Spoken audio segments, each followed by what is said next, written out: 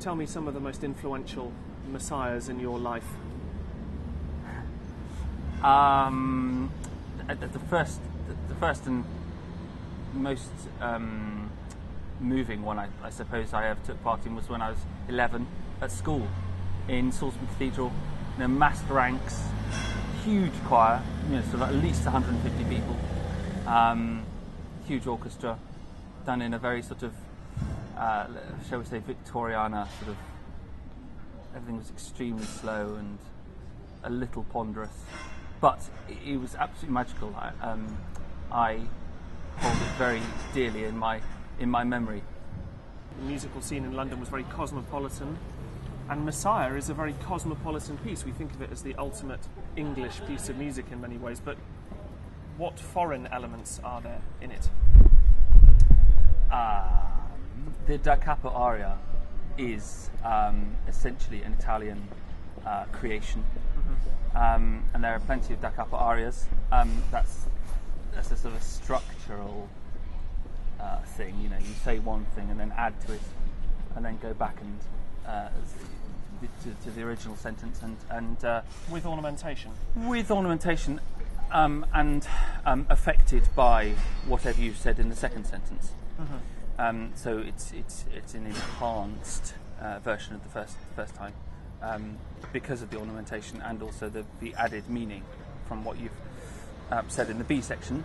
And I think in Messiah the French influence is very, very strong. The overture, of course, is essentially in the French model. Likewise, the beginning of Part 2, Behold the Lamb of God. That's the spiky dotted rhythm. Yes, yeah, it's very dramatic, very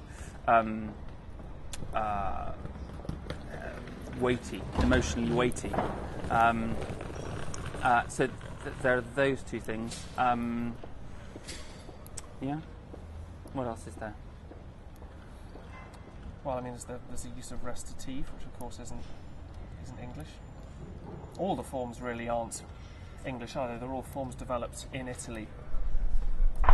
Recitative, aria. Yeah, I suppose Handel, being in England, would have certainly known the work of the likes of Purcell, Purcell's Te Deum. The Handel Dettingen Te Deum is very similar. But Purcell himself was consciously referencing a lot of continental French and Italian style work through the likes of Blow and Humphrey and that lot. I think also the this idea of us using solist and ripionist is actually comes from Handel would have certainly known about it from his Hanover days and from the great German tradition that goes back to Schütz, the likes of Schütz. Sure. That was all. It was all about call and answer and solo and ripiono. We've got foreign formal devices. In fact, most of the structure of the work we could say is foreign. We've got foreign rhythmic devices.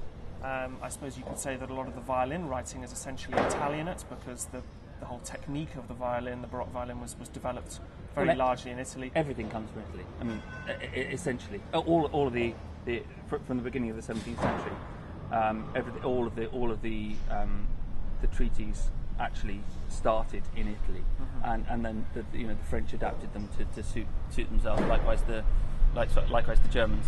So what's left in this piece apart from the words that is English? We call this our great English piece. Is it really? Well, there's the question, isn't it?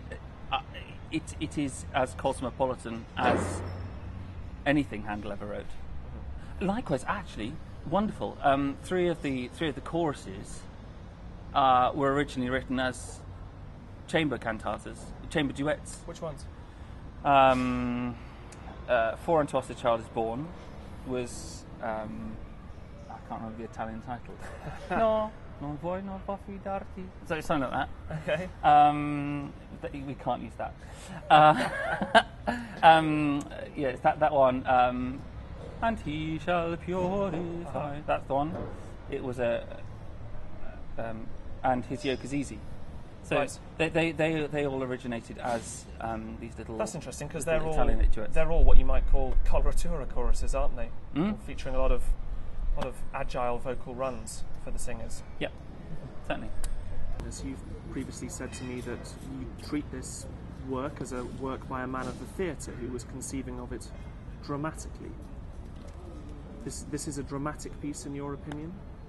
Oh, absolutely, yeah. I think obviously there's no through narrative in the piece, but what more of an operatic story can you imagine than the birth, passion, death and resurrection of an individual to save mankind? I mean, that's as operatic a story as you could possibly imagine. Which of the coups de théâtre in this dramatic work is your favourite? I suppose the trumpet shall sound is one of the most glorious arias in the piece. Likewise, completely different affect, but I Know My Redeemer Liveth is one of the most perfect expressions of faith I think is around. What should we look out for at Spitalfields on the 20th? 20th? Yeah. The enjoyment for the audience will obviously be through the enjoyment of the performers. And I think that's the most important thing that we'll see. Also, I mean, the fact is that I have a fabulous list of amazing soloists, fantastic orchestra and brilliant choir. So it will be fresh